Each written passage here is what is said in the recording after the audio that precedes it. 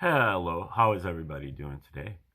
Welcome to my channel. This channel is for educational purposes, and hopefully we will learn some things about different aspects of theories of everything on this channel.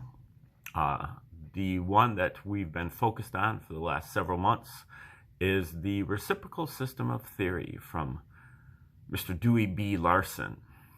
And I believe today is our 321st video on the reciprocal system.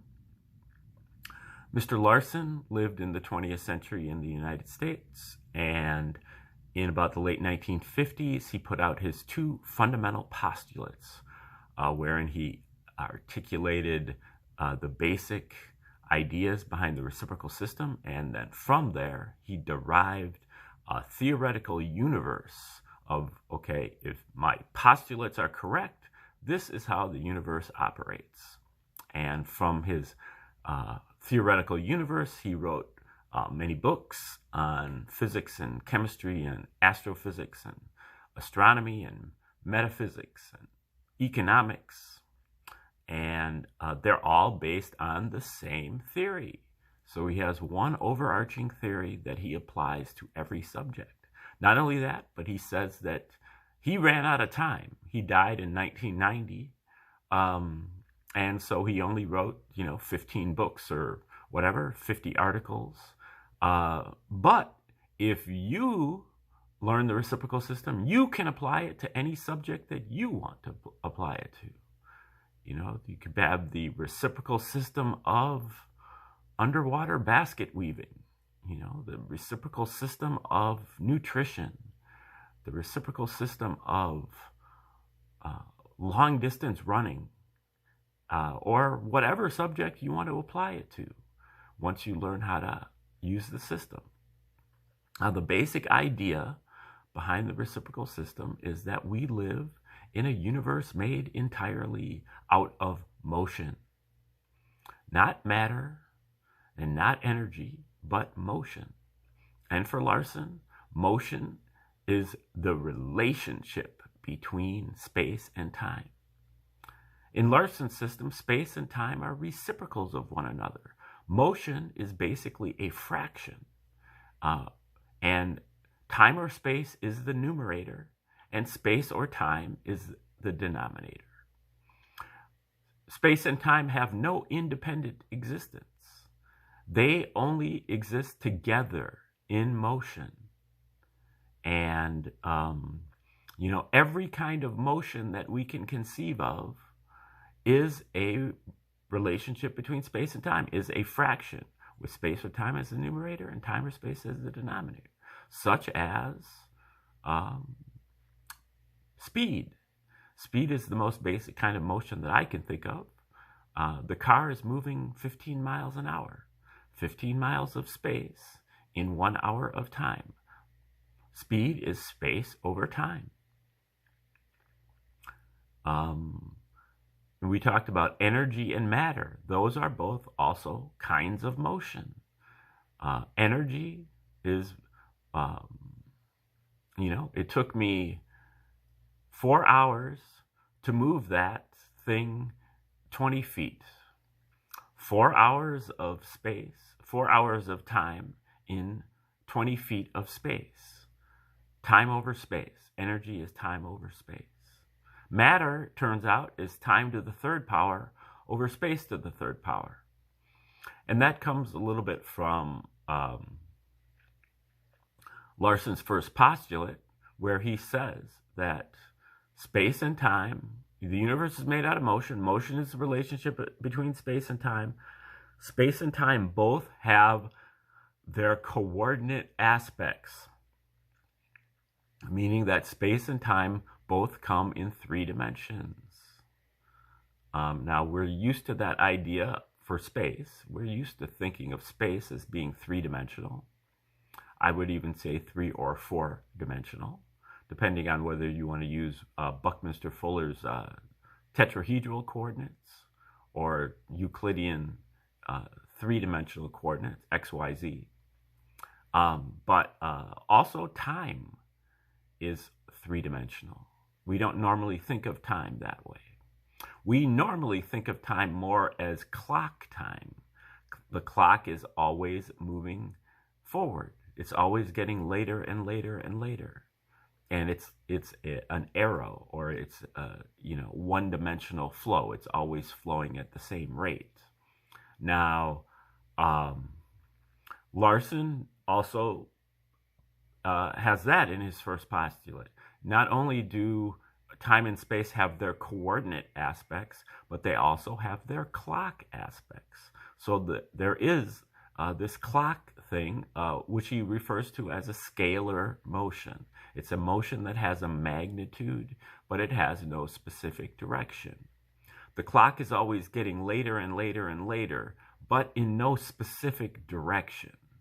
It's not, you can't say it's going west or north or anything like that. It's going just in one line forward. And we normally do think of time that way, but we don't think of space that way.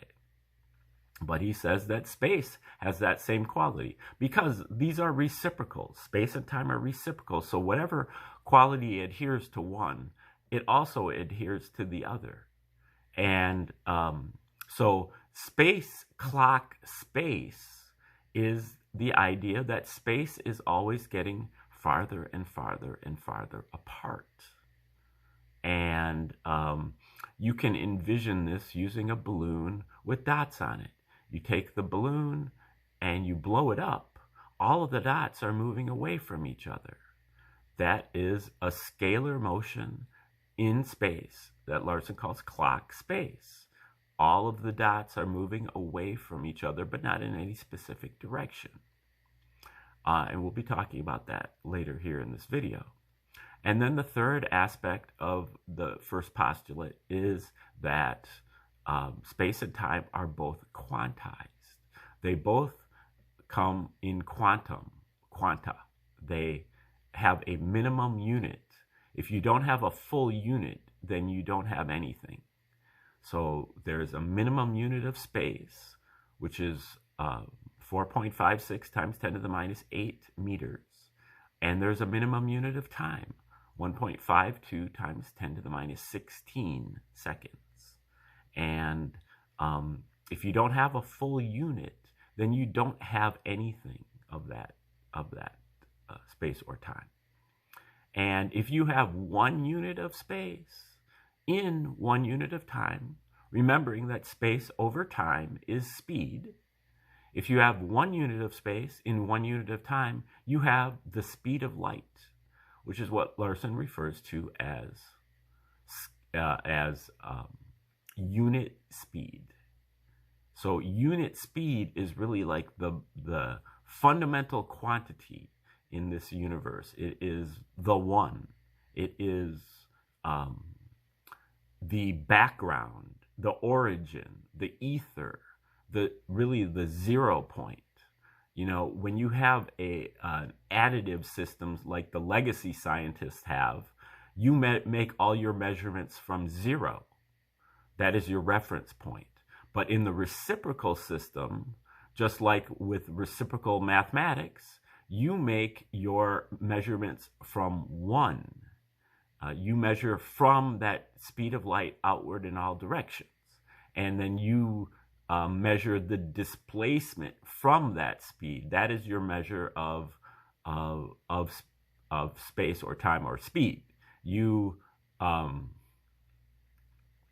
The speed of light is your reference point, your 0 point, or your state of rest. And that makes sense. In a universe of motion, there is motion that is considered to be the state of rest, because motion precedes everything else. You have to be able to conceive of motion without anything moving. And in fact, the thing that is moving is motion itself. And so that's a different paradigm that you have to be able to get with.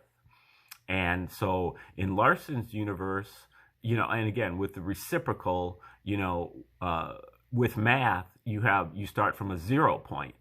and additive math, and on the positive end, you have +1, +2, +3, +4, +5. And on the negative end, you have -1, -2, -3, -4, -5. But with a reciprocal system, you start with 1. And on the positive side, you have 2, 3, 4, 5. But on the negative side, you have 1/2, 1/3, 1/4, and 1/5. They multiply to 1 instead of adding up to 0. The additive system, the balance, the two sides of the balance add up to 0. But with a reciprocal system, the two sides multiply to make 1. 2 times 1/2 equals 1. 3 times 1/3 equals 1. 4 times 1/4 equals 1, and so on. So that's how you have to reckon things in the reciprocal system. Now, also, in legacy science, according to Einstein, nothing can move faster than the speed of light. But for Larson, the speed of light is unit speed. That means half of the universe is actually moving faster than the speed of light, which Larson refers to as the cosmic sector. And then half of the universe moves slower than the speed of light. That's the half that we're familiar with, and that's the half that Einstein was talking about. And that is what Larson calls the material sector.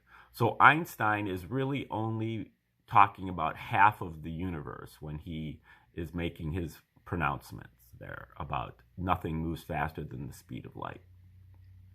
Okay, now today we are reading a paper from Larson that he delivered way back in 1966. And this is called The Physical Nature of Space. And this paper just kind of gets into some of the difficulties that Larson encountered with a new paradigm, where he's trying to put forward, new conceptions of familiar terms, of familiar concepts, and some of the problems that he had doing that, and what he's actually really trying to get at when he's referring to space as opposed to somebody else. Even at best, it is a difficult task to convey a clear understanding of a basically new scientific concept. Regardless of how simple the concept itself may be, or how explicitly it may be set forth by its originator, the human mind is so constituted that it refuses to look at the new idea in simple and direct light in which it is presented, and instead creates wholly unnecessary difficulties by insisting on placing the innovation within the context of previous thought, rather than viewing it in its own setting.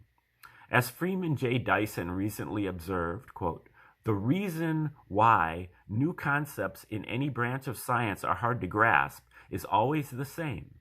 Contemporary scientists try to picture the new concept in terms of ideas which existed before. There is no easy way of overcoming this obstacle and creating a more favorable climate for unbiased consideration of the nature and merits of the innovation. About the most that one can do is to define the new concept clearly, to explain specifically just what it is, where it is introduced into the previously existing system of thought, how it differs from previous patterns of thinking, and, above all, to make it clear that however strange this concept may seem to first acquaintance, it is nevertheless logical and rational. Before taking up any questions of detail, therefore, I want to make a few comments of this kind about the new ideas that I am introducing. The basic innovation in my new theoretical system, the reciprocal system as I call it, is a new concept of the nature of space and time, which has emerged from a long and intensive study of basic physical processes. In present-day thought, a location in space is generally conceived as an entity that can be described by means of Cartesian coordinates. Of course, we cannot see a location in space, but we can see an object which may occupy such a location, and we apply the coordinates to the object. If this object remains in the same spatial location, its coordinates, according to the usual concept of space, are considered to remain unchanged. It should be realized, however, that this generally accepted concept of spatial localization is not something that has been derived from physical observation or measurement. It is a geometrical concept, purely a human investigation, and there is no assurance that it has any physical meaning or that it corresponds to anything that exists in the physical universe. For example, if a physical object existing in physical space has no independent motion of its own and must therefore remain stationary with respect to that physical space, we have no assurance that its geometrical coordinates will remain constant. It is normally taken for granted that such will be the case, and it must be conceded that established habits of thought make it rather difficult to visualize anything different. Einstein, for instance, says that it took him 7 years of study and reflection to see this matter in a clear light and to realize that a physical location might not necessarily be capable of representation by a fixed geometrical coordinate system. After coming to this realization, however, he recognized its importance, and he eventually utilized it as the basis for his general theory of relativity. In that theory, the coordinate system of reference is just as impermanent and subject to modification as the measurements with respect to the reference system are in the special theory of relativity. As explained by Moeller in his textbook on relativity, quote, "The spatial and temporal coordinates thus lose every physical significance. They simply represent a certain arbitrary but unambiguous numbering of the physical events." End quote. What I have done in distinguishing between physical space and geometric space is thus not entirely without precedent. Einstein has already made it clear that the common assumption that they are identical is untenable. But the relation between Einstein's physical system of reference and the geometrical system of coordinates is rather vague and dependent on local factors. There is no reason, he contends, why there should be any specific relationship between differences of coordinates and measurable lengths and times. As a result, his system is extremely complex mathematically and almost impossible to check against observational data, except in certain artificially simplified situations.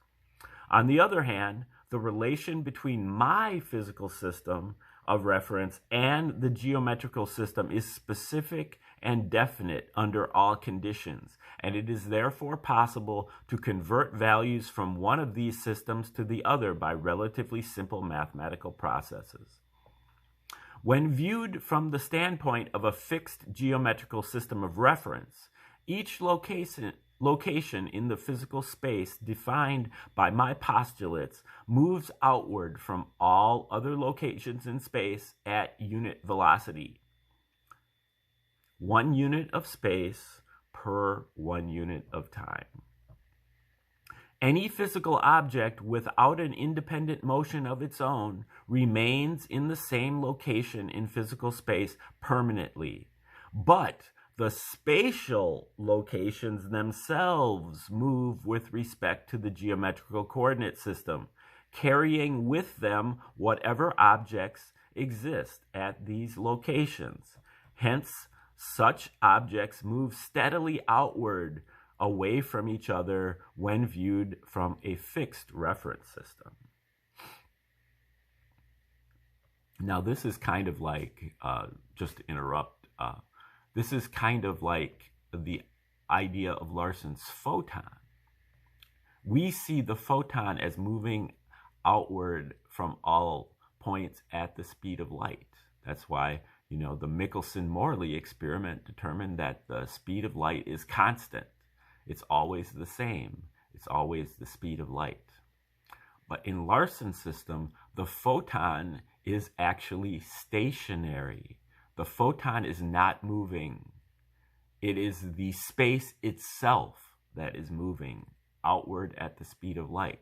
It is carrying the photon. The moving system of reference outward at the speed of light in all directions is carrying the photon.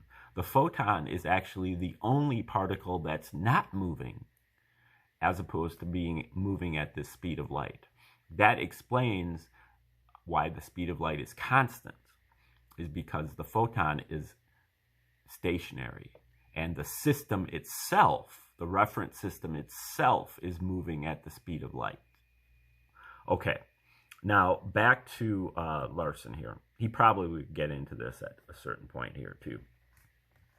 According to this new concept, a location in physical space is a specific and definite entity, but it cannot be defined by static coordinates in the manner in which we define positions in geometric space. Physical space, the space which actually exists in the physical universe and which enters into physical events and relations, is a dynamic entity, analogous to an expanding balloon, or more accurately, since it is three-dimensional, an expanding solid rubber ball. Physical objects that are located in that physical space may have independent motions of their own, just as particles might move about on the surface of a balloon or through the voids in the structure of the rubber ball. But irrespective of whether or not they are moving in this manner, each of the objects is continually moving away from all others because of the continuous expansion of space. Of course, this new concept of physical space as an entity in motion is so foreign to current thinking that it seems very strange on first acquaintance. But it is nevertheless obvious that it is a wholly rational hypothesis.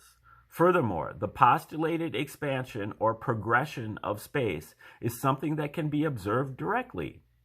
As pointed out earlier, the identification of physical space with geometric space in current practice is not something that has originated from physical observation.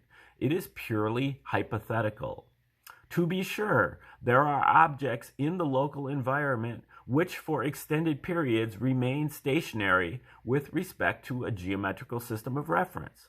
But these are not objects without independent motion. On the contrary, each of them has a whole system of motions. They participate in the motion of the Earth, in the Earth's motion around the Sun, in the motion of the solar system around the center of the galaxy, and in an unknown amount of motion of the galaxy itself, in addition to which they are subject to the influence of gravitation, which affects the motion of these objects to an unknown degree. It is possible, however, with the aid of today's powerful instruments, to see objects which are so distant that any motions of this nature which they may possess are negligible, that is, unobservable, and the effect of gravitation is attenuated to the point where it is no longer a significant factor. Under these conditions, the new theory says that we should find these objects being carried away from us and from each other at extremely high velocities by the progression of physical space. This is exactly what the astronomers tell us that they see when they observe the most distant galaxies within reach of their giant telescopes. The Hubble telescope has, determined that all the distant galaxies are moving away from each other. And the further away they are, the faster they're moving away from each other. And at extreme distances, they are moving very close to the speed of light. So I think we're gonna stop it off here and take over and finish this paper tomorrow. I think maybe I'll try to read one more paragraph or two here so that I can.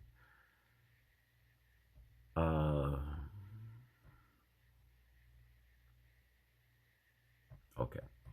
It is important to realize that the motion due to the progression of space is something of an entirely different character from the independent motions of the objects that exist in the expanding system. If there are three objects A, B, C in a line, an object B moves away from A in the normal manner. It moves toward C. This is a directional motion, a vectorial motion in three-dimensional space. But if these are objects that are being carried outward by the progression of space, three galaxies, let us say, then the motion which carries object B away from A moves it away from C as well. In the case of the motion,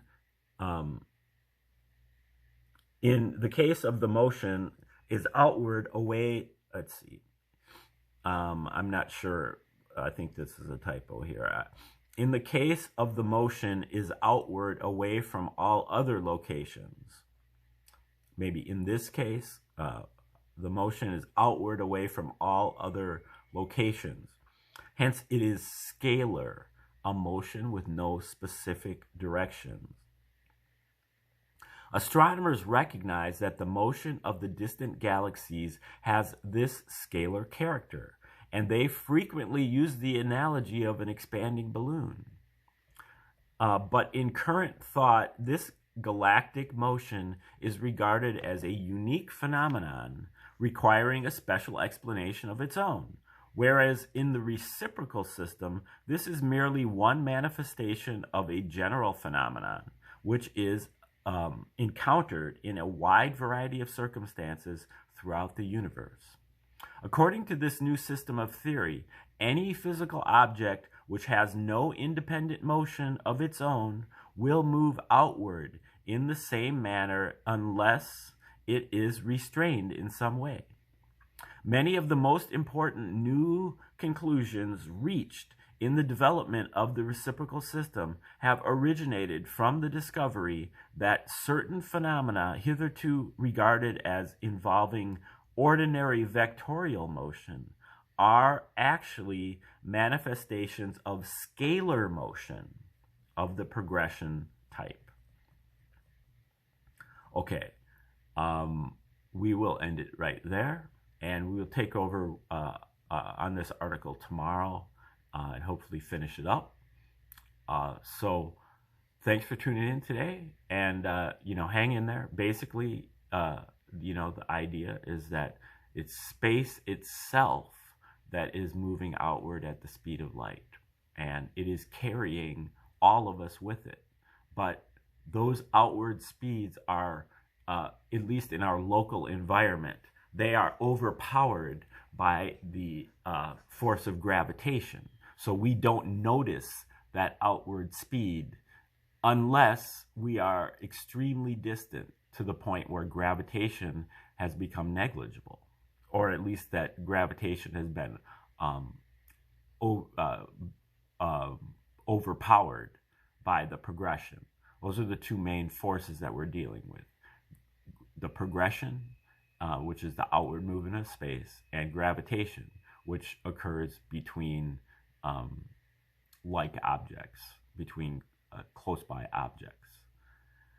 Okay, thanks for tuning in today. Hang in there with all this stuff. It's can be difficult, but Larson's trying to bring you along here, and have a great day.